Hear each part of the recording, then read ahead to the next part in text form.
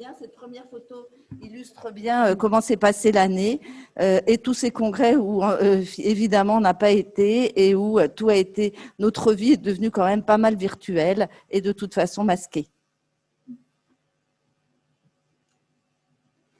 Alors, on va vous faire ce petit récap dans l'ordre chronologique du traitement des cancers du sein. Alors, avant le cancer et puis néoadjuvant, adjuvant. Il faut que j'avance? Ouais. Alors, d'abord, toujours un petit, chaque année, on vous fait un petit truc prévention. Donc là, c'est l'étude IBIS-2, qui est une prévention par anti-aromatase, avec des résultats qui ont déjà été présentés à 5 ans et là, on a maintenant un suivi médian à un peu plus de 10 ans. Donc, la molécule, c'est une anti-aromatase.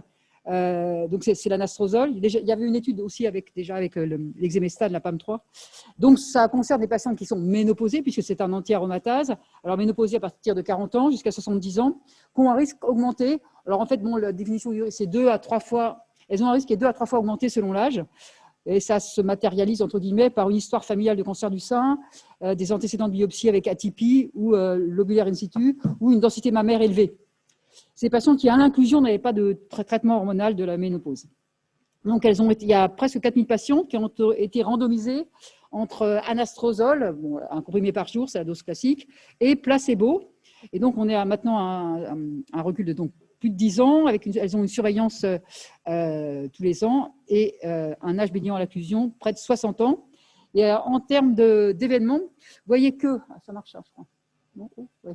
En termes de prévention des cancers, quel que soit le cancer, il y a un bénéfice de 49%, il y a 49% en moins de cancer du sein. Ça avait été observé donc, sur la publi à 5 ans, et là, au-delà de 5 ans, ça reste significatif. Donc la période des 5 à 10 ans, après l'arrêt de l'anastrozole, puisqu'elles en ont pris 5 ans, le bénéfice, il y a toujours un bénéfice qui est observé. Un petit peu moins marqué, mais le bénéfice est là, persiste au-delà de 5 ans, après l'arrêt de l'anastrozole.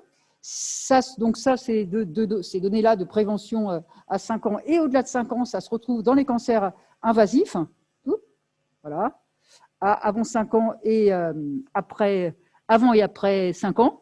Mais en revanche, comme dans toutes les études de prévention, on n'a pas de diminution de l'incidence des cancers du sein RH-. Ça, on a observé ça avec les SERM, mais on a observé ça aussi avec l'exemestane dans l'étude PAM3. Il y a un effet aussi préventif sur les cancers in situ, qu'on a observé à 5 ans, mais qui n'est pas significatif dans la période des 5 ans, des 5 à 10 ans. Donc, vous voyez, bon, ça, ce sont les courbes avec cette étude IBIS-2. Il y a moins de cancer du sein avec l'anastrozole. Ça s'observe dans les 5 premières années, mais ça persiste au-delà, donc après l'arrêt du traitement. Vous voyez, il y a une diminution de 49% dans l'étude IBIS 1 où la molécule, c'était le tamoxifène, c'était de 38% seulement. Donc voilà, c'est un chiffre qui est quand même assez impressionnant et donc qui persiste à 10 ans. Alors, on a regardé en mortalité, il n'y a pas de bénéfice, ça ne ressort pas. Si on prend les causes de toutes les causes de décès, ça ne ressort pas pour le cancer du sein.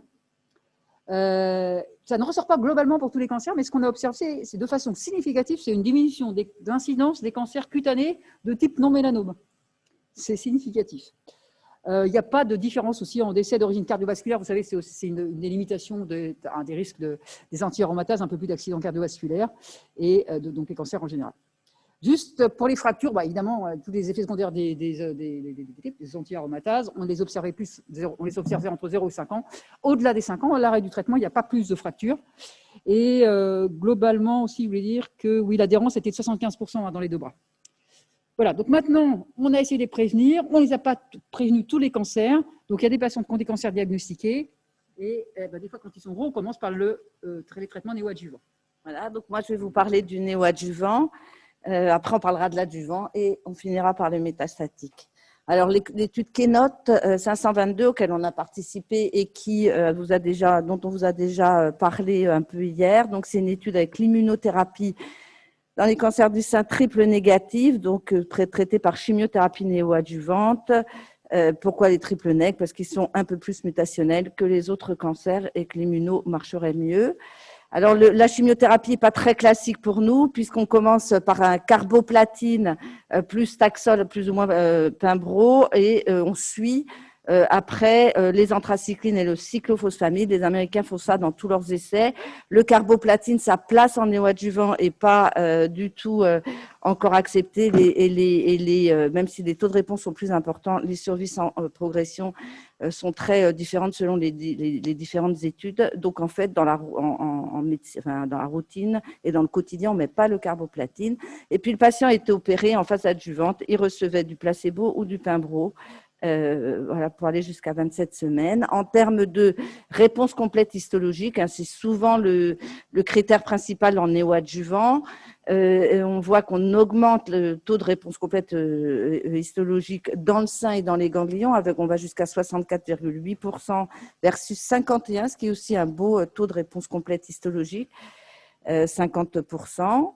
On voit que on a regardé, c'est un peu là, je vais juste vous voilà, c'est un peu compliqué la diapo, mais en fait c'est simple. Ici, c'est sans expression de PDL1. Tous les patients avaient la recherche de l'expression de PDL1. Et donc, on voit qu'on répond mieux quand il y a une surexpression, mais voilà, quand il y a une surexpression de PD, quand il y a, que le taux de réponse complète histologique est moins bon quand il n'y a pas de PDL1. Il augmente quand on recherche une seule cellule. Vous savez que dans le sein, on cherche le PDL1 soit dans les lymphocytes, soit sur les cellules tumorales. Même une seule cellule, on augmente le taux de réponse, mais on augmente aussi la chimiothérapie. Ça, c'est important. C'est une notion, c'est-à-dire qu'on est PDL1+, on est plus chimiosensible. Et plus on a de PDL1, pour arriver jusqu'à plus de 20 cellules marquées par le PDL1, on arrive jusqu'à 80% de taux de réponse histologique, ce qui va impacter a priori la survie sans progression. Et pour l'instant, en effet, qui est impacté par le Pimbro, pour l'instant, on n'a pas de notion de survie sans événement ou de survie globale. Cette étude a été publiée d'emblée après présentation dans New England. Comme j'avais noté hier, attention quand même à la toxicité.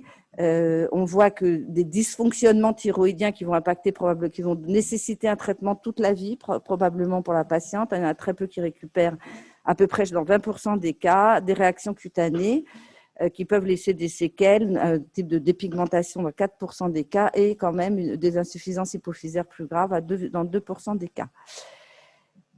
Deuxième molécule qui a été testée en immunothérapie, la tésolizumab, là encore dans les cancers triple négatifs, et là associé non pas avec, là le carboplatine n'était pas donné, par contre le NAP paclitaxel que nous on n'a pas, qu'on peut donner sans corticoïdes. Voilà, donc c'était à peu près le même schéma, tésonab suivi de atézo, doxo ou placebo. La PCR. Là encore, avec la PCR en dehors de tout confondu, enfin toute la population dans la whole population, elle est impactée, 57 versus 41. Quand on regarde en fonction chez les PDL1 positives, là encore, on a plus de taux de réponse qui va jusqu'à pratiquement 69% versus 49%. On note aussi que le fait d'être PDL1, on est plus chimiosensible. Et si on est négatif, on est à la limite de la significativité. Les deux études ont des résultats concordants, ce qui n'est pas le cas en métastatique, c'est-à-dire une amélioration de la PCR, notamment chez les patients PDL1 positifs, mais pas que, c'est-à-dire que voilà, c'est pas le vecteur complet pour donner l'immunothérapie en néoadjuvant. Et il y a encore des données immatures de survie sans progression qui seront nécessaires pour l'enregistrement, ou en tout cas pour qu'on ait ce médicament dans nos pratiques quotidiennes. Je passe la main maintenant, on va passer à l'adjuvant. Alors, l'adjuvant avec trois études en fait. D'abord, une méta-analyse du groupe d'Oxford dont Laurent Mignot vous a parlé hier. C'est une méta-analyse pour se faire un peu plaisir. Car oui, donc, comme c'est toutes les méta-analyses d'Oxford, plus de 82 500 patients dont la tumeur exprime les récepteurs hormonaux. Alors, juste ça, je vous ai remis les courbes là, de 2017, une précédente méta-analyse qui est publiée, ça c'est sûr, depuis longtemps, alors que celle actuelle n'est pas encore là. Pour vous rappeler que après 5 ans d'hormonothérapie, il y a encore des récidives. Et vous voyez que ça, à gauche, oui, c'est la gauche, ça c'est les tumeurs de petit volume, les T1. Donc, il y a encore 13% de récidives chez les T1 N- à 20 ans, après 5 ans d'hormonothérapie. Et puis, ça, c'est les T1N-, mais quand il y a une atteinte ganglionnaire axillaire, eh ben, on va jusqu'à 34% pour les grosses atteintes ganglionnaires axillaires. Chez les T2, bah, c'est pareil, il y a plein de récidives. Enfin, il y a des récidives après 5 ans d'hormonothérapie, donc chez tumeur RH+, qui sont des récidives tardives, vous voyez, ça va jusqu'à 20 ans, mais pour les gros envahissements ganglionnaires, on est pas loin de 50%. Donc, c'est ça aussi qui avait justifié les études de prolongation d'hormonothérapie. Alors là, en fait, ils ont repris les rechutes entre 5 et 9 ans chez toutes ces patientes RH+. Et alors, la référence, c'est les résultats dans les années d'avant 2000, chez ces patientes RH+, qui ont 5 ans d'hormonothérapie. Et puis, alors, donc, 1, voilà, c'est 1, la référence. Dans les patientes qui ont été diagnostiquées entre 2000 et 2004, vous voyez, elles ont un risque qui est diminué par rapport à celles qui ont été traitées avant 2000, de 19%. On est passé à un hazard ratio à 0,81. Ça, c'est les patients témoins. Et puis, dans les années après 2005, on a encore diminué le risque par rapport aux patients traités avant 2000. Et puis, c'est quand même conséquent. On est à un hazard ratio à 0,62. Donc, il y a des rechutes. Ça, c'est les rechutes entre 5 ans et 9 ans. Donc, pour les traitements pendant 5 ans, vous voyez qu'avec le temps, eh ben, on a quand même vachement diminué le nombre de ces rechutes relativement précoces, on va dire. Pour les patientes avec extension ganglionnaire, on a beaucoup amélioré les choses aussi, de 25% là, entre 2000 et puis les années 2000-2004. Bon, ça s'est un peu stabilisé, donc pour ces rechutes entre 5 et 9 ans. Donc, il y a encore des rechutes, mais on les a diminuées. Alors ça, probablement, c'est lié à plusieurs facteurs. D'abord, on a fait des progrès pour les traitements. Probablement, dans les années 2000, c'est là où on a commencé, début des années 2000, on a utilisé les anti-aromatases. Probablement, on sélectionne mieux aussi les tumeurs hormonosensibles. Et puis, on a des bilans d'extension qui sont plus exhaustifs. Et dans ces populations, on a probablement moins de patientes qui étaient métastatiques au départ. Donc ça, c'était pour se faire plaisir. On a fait des progrès déjà pour l'hormonothérapie banale entre 5 et 10 ans. Et on travaille encore à l'améliorer. Alors après, maintenant, il y a ces molécules qui sont largement utilisées en métastatique. Il y a les anticycles cellulaires, les anti-CDK4/6. Et on a 2 études qui ont été présentées cette année, même publiées pour l'une d'entre elles. La première, c'est Pallas, qui utilisait le palbociclib. C'est le premier anti-CDK4/6 qui a été mis sur le marché en métastatique. Donc là, ce sont des patients quand même qui sont donc adjuvants, qui sont non métastatiques, qui ont un risque de récidive. C'est des stades 2-3. Alors, c'est l'hormonothérapie, donc elles ont des tumeurs hormonosensibles, HER2-. Elles ont été opérées. On est à moins de 12 mois après le diagnostic et à moins de 6 mois après l'introduction de l'hormonothérapie adjuvante. Donc, elles sont randomisées entre hormonothérapie standard, tamoxifène ou anti-aromatase, plus ou moins agoniste selon les pratiques usuelles et des indications classiques. Et puis, le deuxième bras, on ajoute à cette hormonothérapie 2 ans de palbociclib, 2 ans parce que c'est ces patients à risque, il y a des récidives déjà après 1 ou 2 ans, selon la posologie normale du palbociclib. Il y a 5760 patientes qui ont été randomisées. Il y en a 80%, c'est quand même des tumeurs RH+, certes, mais à haut risque de récidive. 80% ont eu de la chimiothérapie. Alors, dans cette étude de la Pallas, il y en a un peu moins de 60% qui avaient une maladie vraiment à haut risque clinique, c'est-à-dire plus de 4 ganglions envahis, ou 1 à 3 ganglions, mais T3, T4, des tumeurs de gros volume. Alors, ce qu'il faut noter, ça c'est important, ça peut expliquer certaines discordances, il y a eu quand même 42% d'interruption précoce du palbociclib. Bon, ça, c'est l'expérience qu'on a aussi en métastatique. C'est traitement par voie orale, mais ça a quand même modifié l'hormonothérapie. C'est moins tranquille, il y a plus d'effets secondaires et il y a quand même des tox qu'il faut gérer. Donc, c'est vrai que dans le contexte adjuvant, il y a des arrêts pour toxicité. Et là, il y en a quand même pas mal. Alors, et ben voilà, dans cette étude Pallas, avec le palbociclib, ajouté à l'hormonothérapie classique, il n'y a pas de bénéfice en survie sans récidive invasive, il n'y a pas de bénéfice en survie sans récidive à distance. Bon, on est à 23 mois de suivi médian. Pour le moment, là, il n'y a rien qui ressort. Donc, beaucoup d'arrêts de traitement, il faut quand même s'en rappeler. Après, l'étude Monarchie, c'est le même concept, mais on a changé d'anti-CDK4/6.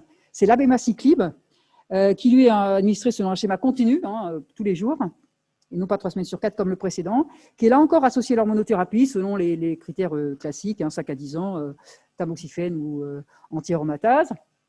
Alors là, les patientes, encore une fois, c'est des patientes bien sûr RH+, HER2-, mais elles ont vraiment un haut risque de rechute. Donc elles sont toutes plus de 4N+, ou 1 à 3N+, avec une tumeur de plus de 5 cm, ou grade 3, ou un KI relu à plus de 20%. Donc, c'est vraiment des hauts risques de récidive, RH+, mais à haut risque de récidive. Les hommes pouvaient être inclus là-dedans. Et dans cette étude monarchie, donc, qui a été publiée là, il y a une différence en survie sans récidive en distance. Je ne vous ai pas mis la courbe, mais il y a aussi un bénéfice en survie sans récidive à distance, sans métastase, en faveur du bras avec abemaciclib. À 2 ans, alors le recul, il est court, hein, le recul médian, je crois qu'il est autour de 15 mois et quelques. On a un taux de survie sans maladie à 2 ans de 92% pour l'abéma et 88% pour l'hormonosol. Hein, c'est vraiment le niveau de bénéfice qu'on observe souvent à chaque fois qu'on a fait des progrès dans le contexte adjuvant.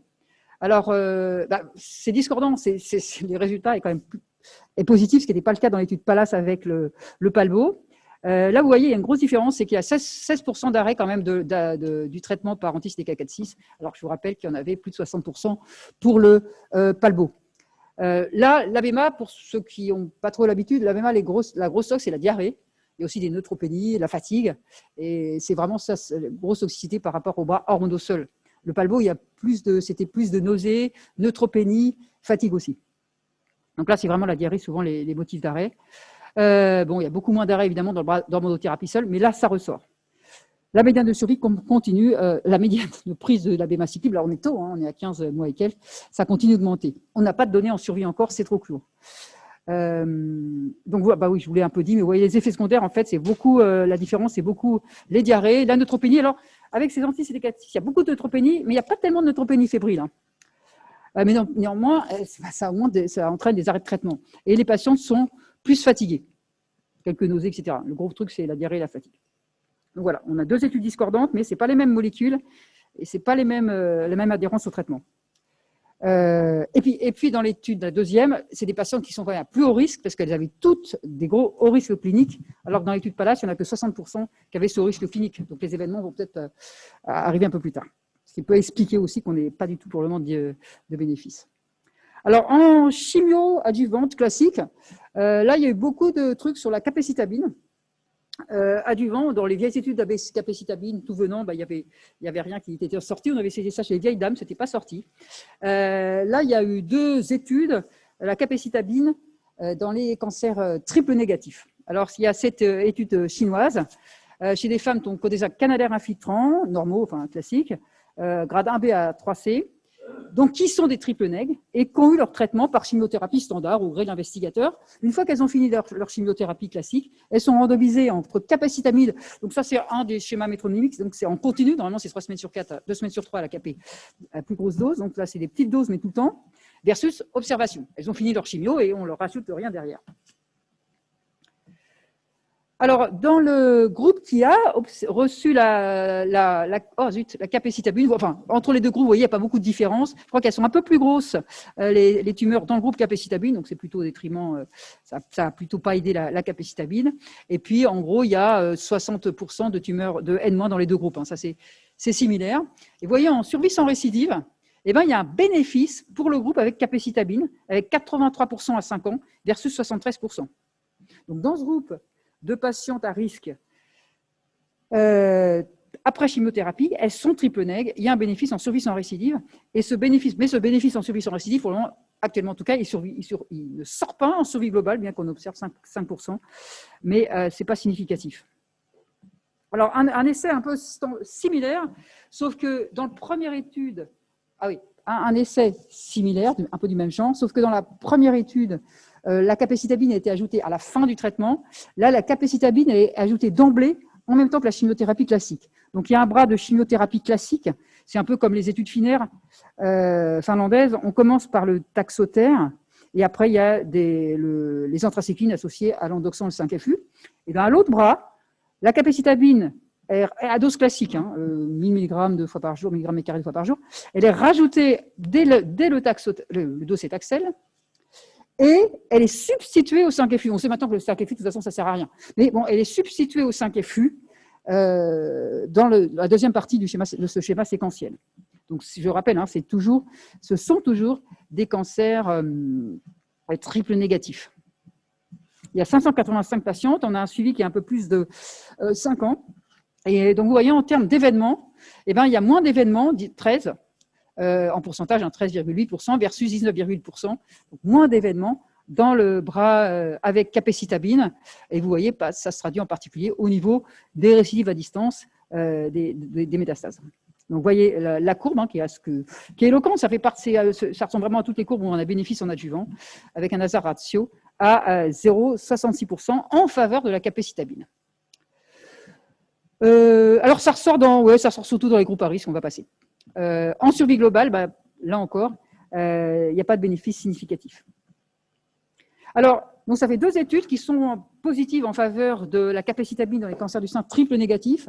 Il y a eu une méta-analyse qui a repris toutes les études en adjuvant et en néoadjuvant. Donc là, il y a 20% d'études néoadjuvantes dans cette méta-analyse, 80% d'études adjuvantes, donc surtout des adjuvantes, bon, on ne va pas les détailler.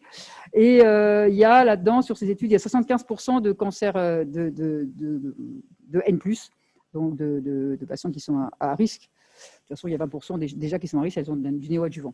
Donc, ils ont différencié vraiment deux schémas. Il y a la capecitabine ajoutée au protocole de chimiothérapie ou la capecitabine qui remplace une molécule du bras contrôle. On est à un suivi médian de 79 mois. Alors, vous voyez, si on prend la survie sans récidive globalement, ce n'est pas significatif, c'est limite. Mais si on prend les études où la capecitabine est ajoutée, elle ne remplace pas, là, il y a un bénéfice en survie sans récidive. Quand en revanche la capecitabine remplace un autre médicament, ça ne rajoute rien. Voilà. Pour la survie globale, alors c'est marrant parce que là pour la survie globale ça ressort dans l'ensemble des études et c'est bien sûr c'est significatif encore une fois quand c'est ajouté, mais ça ne l'est pas quand ça remplace un autre médicament. Et selon le sous-type, ça confirme un peu ce qu'on a observé tout à l'heure. Vous voyez que le bénéfice, il ressort pour les triples négatifs. Il ressort pour les triples négatifs, encore une fois, quand le capecitabine est ajouté et non pas substitué à un autre médicament. Donc, ça va corroborer les résultats des 2 études chinoises de tout à l'heure. Voilà. Donc, la capecitabine chez les cancers du sein triple négatif apporte un bénéfice essentiellement quand on est ajouté au protocole standard. Et donc, on va arriver sur le dernier volet, donc les cancers du sein métastatiques. Les résultats de l'étude Pearl, qui était une étude de phase 3 chez les patientes RH+, qui avaient reçu une hormonothérapie adjuvante par RIA dans les 12 mois qui suivaient l'arrêt, où ils devaient avoir progressé en phase métastatique dans le mois qui suivait l'arrêt de l'hormono, et on pouvait avoir reçu une ligne de chimiothérapie. Évidemment, on ne pouvait pas recevoir ni de la capecitabine, ni de l'exemestane. Il y avait 2 cohortes, une traitée par exemestane, l'autre par fulvestrant.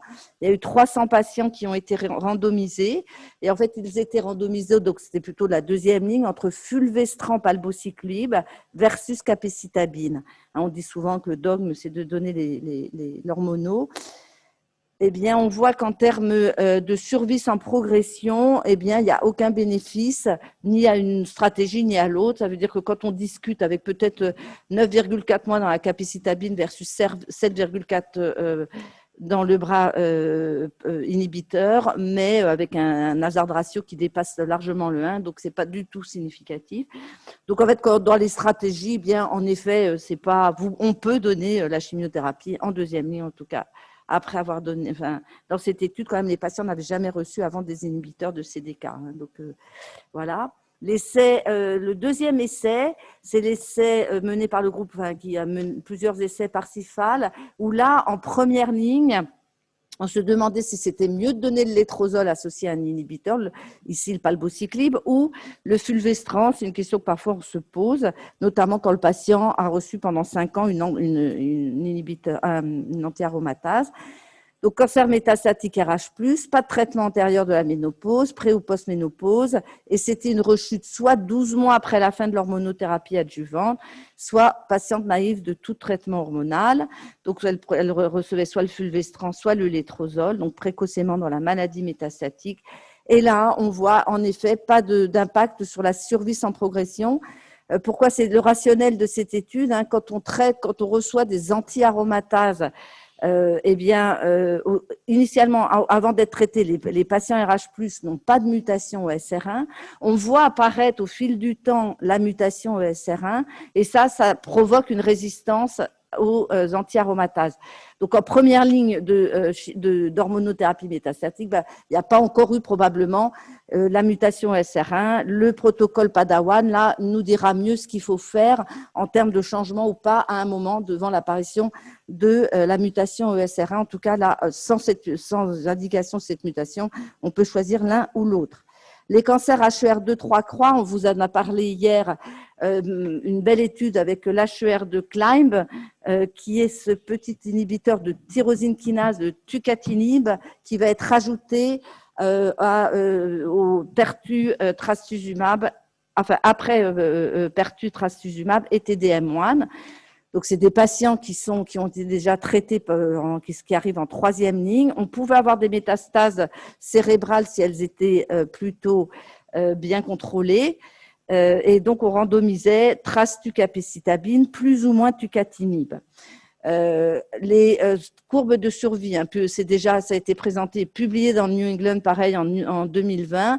Eh bien, on voit qu'on passe de 5,6 mois en prenant que la capecitabine trastu à 7,8 mois en rajoutant du tucatinib. Donc, c'est quand même avec tous les groupes qui en bénéficient que le patient soit RE+, ou RE-. Donc, c'est des belles courbes en 3e ligne. Ça sort aussi en survie, avec en avantage, on passe de 17 mois à 21 mois avec un petit P qui est juste significatif. Et assez intéressant, parce que, comme on l'a dit hier, on est très préoccupé par les métastases cérébrales chez les patients HER2 3 croix. Eh bien, cette petite molécule doit arriver au cerveau, puisque dans les métastases cérébrales, on a un avantage du tucatinib avec une survie, là encore, qui passe de 5 mois à 7,6 mois. Donc, c'est vraiment une petite molécule qui va nous intéresser, notamment en 3e ligne et chez des patients qui ont des métastases cérébrales. Il y a eu beaucoup de belles molécules dans l'HER2. La deuxième belle molécule, c'est le trastuzumab deruxtecan. Alors, je ne sais pas comment ils ont fait pour choisir un nom pareil. Deruxtecan. Bon, non, c'est naze. Deruxtecan, chez des patientes HER2 positifs pré-traitées par le TDM1 et évidemment par l'autre, la herceptine perjeta. Alors, c'est donc une association. C'est un peu le même, pareil que le TDM1, c'est une molécule, une chimiothérapie qui est couplée à un anticorps monoclonal qui va se fixer et délivrer à ce moment-là sa chimiothérapie. Par rapport au TDM1, rapport, comme on vous l'a dit hier, important de la concentration du médicament qui arrive plus qu'avec l'emtansine. Voilà. Ce qui est intéressant dans cette étude, c'est qu'il y avait eu 6 lignes de chimiothérapie antérieures. Donc, c'est des patients qui sont lourdement pré-traités pour leur cancer du sein HER2 3 croix. Qu'est-ce que l'on voit? Le taux de réponse, eh bien, il est important puisqu'il est pratiquement de 61%, avec des réponses complètes, durables, dans 97%. Et surtout, et puis là, il n'y avait pas de comparaison, une survie sans progression à 16,4 mois et une survie globale qui n'est pas encore atteinte. Donc là encore, une deuxième molécule avec anticorps couplé à un anticorps est extrêmement efficace. Encore un nouvel anticorps. En fait, on revient, on a l'impression que là, cette année et pour les années qui viennent, on vient de faire il y a une nouvelle ère de la chimiothérapie qui n'est plus la chimiothérapie classique, mais une chimiothérapie qui va être couplée aux anticorps et qui semble vraiment plus efficace. Alors là encore, là c'est le sacituzumab govitecan, là encore couplé à un anti-topoisomérase, le SN38, qui est le métabolite actif pour ceux qui ont fait du digestif du CPT11, qui n'est pas du tout actif dans le sein. Le Camptour, on l'avait essayé, c'était pas du tout actif. Il est couplé à un antigène membranaire, le Trophoblast Cell Surface Antigen 2, TROP2, qui est très exprimé par les cellules. Quand on regarde le TROP2, on le trouve partout. C'est super. On le trouve aussi beaucoup dans les cancers du sein triple négatifs. Les résultats avaient été tellement bons que sur une phase 2, ce médicament a été approuvé par la FDA en avril 2020 pour les cancers du sein métastatique triple nég qui avaient reçu au moins 2 lignes de chimiothérapie.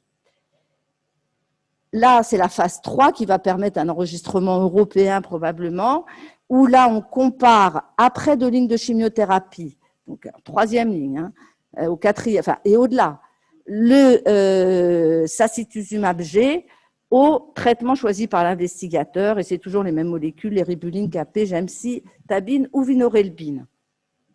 Donc là, il y avait 529 patients randomisés, et on voit survie sans progression qui est impactée largement, un triple neg, les cancers métastatiques triple neg, en 1 an, généralement, c'est plié, quoi. C'est horrible de dire ça, mais c'est vrai. Il passe de 1,7 mois à 5,6 mois. Et la survie globale, je ne vois pas, mais la survie globale, elle passe de 6,7 mois à 12, elle est doublée. Donc vraiment magnifique. Enfin, ça va être une très belle histoire, je pense, sacituzumab. Voilà, c'est dans tout. La survie globale, elle est meilleure dans tout. Les sous-groupes, y compris avec les PDL1, que ce soit des métastases viscérales. D'ailleurs, il n'y a pas trop de métastases osseuses dans les triple neg. La tox, il est relativement bien supporté. De nombreuses études sont en cours, en première, deuxième ligne, ou même à des stades plus précoces. Donc, on va en entendre parler dans les années qui viennent. Juste l'alpelisib, qui est un inhibiteur PI3 kinase, qui a déjà reçu lui aussi son AMM. Là, c'est la Solarin, c'est l'étude de phase 3, où il y avait 2 cohortes, une cohorte PI3 mutée, une cohorte PI3 non mutée, où on comparait alpelisib plus ou moins fulvestrant. Enfin, non. Fulvestrant plus ou moins alpelisib, rechute après hormonothérapie. Le statut PI3 kinase devait être identifié et attention, il n'y avait pas de patients qui avaient reçu des anti-CDK4/6 dans cette population. Là, on voit des données quand même importantes puisqu'on voit qu'il y a quand même une survie sans progression à 11 mois versus 5 mois dans le bras sans alpelisib. Quand on regarde par contre la survie globale dans la cohorte, alors ça c'est juste pour les PI3 mutés, hein, ça c'est que les PI3 mutés. Quand on regarde la survie globale, elle n'est pas impactée. Donc ça, c'est un problème. Ça ne marche pas dans les métastases osseuses, et c'est quand même des patients RH+. Et deuxième, quand on trouve, ça c'est l'ADN circulant avec la PI3 kinase, ça marche un peu mieux. Donc pour conclure, pour l'alpelisib, il n'y a pas de gain en survie globale. Il y a un bénéfice qui est plus net quand il y a des métaviscérales. Et quand il y a de la détection de PI3 kinase dans l'ADN circulant, il y a une toxicité, alors qu'avec une hyperglycémie, avec un certain nombre de malades qui doivent être sous antidiabétiques oraux, donc ça pose quand même un problème. Attention que seulement 7% des patients avaient été traités par des inhibiteurs du CDK, du coup, ça ne va plus être notre standard. Il y a l'étude Believe, où il semblerait que l'association alpelisib soit quand même conservée chez les PI3 kinases, même quand ils ont été traités auparavant par les inhibiteurs du cycle. Donc c'est à suivre, mais en France, vu la non-survie globale, pas sûr qu'on l'ait. Voilà, je vous remercie. J'espère qu'on va revivre ensemble des moments plus joyeux, des moments de lutte pour sauver l'hôpital public, ne l'oublions pas, et où on pourra se voir sans être masqué et continuer de vous voir tous qui êtes au bout du Zoom. Merci de votre attention.